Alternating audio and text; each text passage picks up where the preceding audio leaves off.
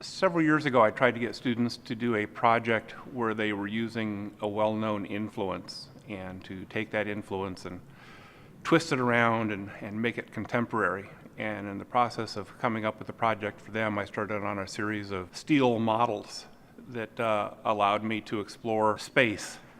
David Smith is a famous sculptor from the 1950s who welded together stainless steel boxes. What I've done is take the framework of the boxes, not the faces or the surfaces of the boxes, because my whole kind of take on it is that his boxes reflected the surroundings, whereas my boxes allow you to see through to the surroundings. I can go to like 3 or 4 different sites, different states, different communities, put them in different landscapes, and the pieces will be perceived entirely differently because they are so interactive with the location.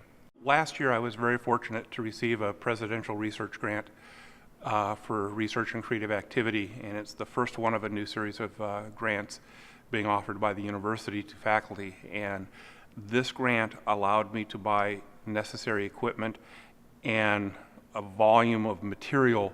Sculpture is a very expensive habit, and it requires a lot of help. I can't lift all the steel by myself. I can't weld all the steel by myself. And it's really great having people to help. And I don't believe in using student labor, but I heartily approve of hiring students. So in hiring students, I've been very able to, in the summertime, pay them a decent enough wage that it makes it worthwhile for them to come to Charleston to work with me. And this last summer, I had a couple young men who started out the summer who helped me. We got all the steel cut in 3 days instead of 3 weeks. We started assembling the steel, and they move a lot faster than I do, and they take direction wonderfully well.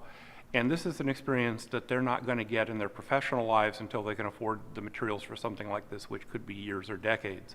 We have 2 pieces of the tarbell we created this summer, 2 large-scale pieces, and then there's 1 piece that has gone up to Champaign-Urbana already on North Neal Street, outside of S51. It's a really kind of a wonderful experience to see these larger scale pieces out in the environment in different locations. It's nice to have that kind of mentoring position here at Eastern where I can have the opportunity to pay the students, use them, develop their skills, and have them feel like they're part of the profession.